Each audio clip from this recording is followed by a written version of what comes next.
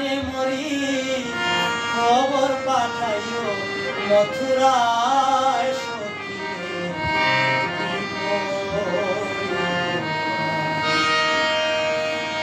উস্তাদ বলেন আমিরুদ্দিন পাইব একদিন বুঝিবে সেই দিন বিচার কালে কারা পুরা বুঝি না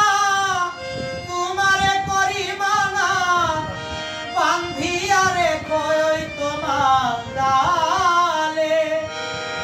আমায় দিও কুলে প্রাণনাথ আসিলে এলে দিও বন্ধুর পায় একটু পড়বে না লক